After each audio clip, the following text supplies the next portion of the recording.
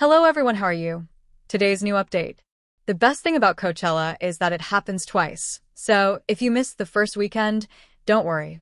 Lady Gaga, Travis Scott, Charlie XCX, and everyone else will return to the Colorado desert on Friday for a second dose of musical mayhem and punishing gusts of wind.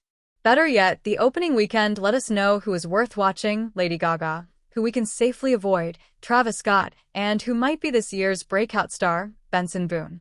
With that in mind, here's a guide to this weekend's sets, and when you can watch them on Coachella's comprehensive YouTube live stream. Lady Gaga's elaborate stage performances have been known to collapse under the weight of their own ambition. Not this time. Her second visit to Coachella, after stepping in as a last-minute replacement for Beyoncé in 2017, was one of the greatest pop performances ever. 2 hours full of energy and presence and pounding synth hooks. Staged in a crumbling Gothic opera house, the 2-hour show depicted the star's inner angels and demons wrestling for her soul. During Poker Face, the two sides faced off in a deadly game of chess, while Perfect Celebrity, a song about her tabloid commodification in the 2000s, saw her buried in a shallow grave, singing to a skeleton. It was bold and audacious and over the top, in all the best ways, with celebratory, 9-minute performance of Bad Romance to cap it all off. If you only watch one performance, make it this one. Despite a career that's lasted 3 decades, Missy Elliott only staged her first ever tour last year. Luckily, tracks like Get You Are Freak On, Lose Control, and Pass That Dutch still sound as fresh and futuristic now as they did first time around, and Missy's relative lack of stage experience was never apparent.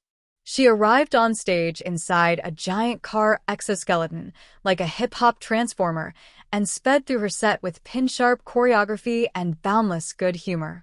The only downside was that her set had to end after just 55 minutes. "I'm either going to faint or throw up," declared Lola Young near the start of her set last weekend. One of the two is about to happen. The British singer, whose song Messy has been embraced by fans worldwide, was battling sickness and heatstroke throughout her set. But she powered through, leading a mass sing-along to Messy and debuting a new single called Spiders. With her health back on track, her second weekend performance should erase any bad memories from her debut. Although Travis Scott closed the main stage on Saturday, Green Day were technically the headliners, and the California band delivered a thrilling, cathartic set worthy of their billing. They plunged headfirst into a furious rendition of American Idiot, keeping up their recent tradition of changing the lyrics so that frontman Billy Joe Armstrong sang, "I'm not part of the MAGA agenda." That aside, politics were kept to a minimum as the group delivered a high-voltage blast of their greatest hits, from the bratty pop-punk of Basket Case to the more reflective Boulevard of Broken Dreams.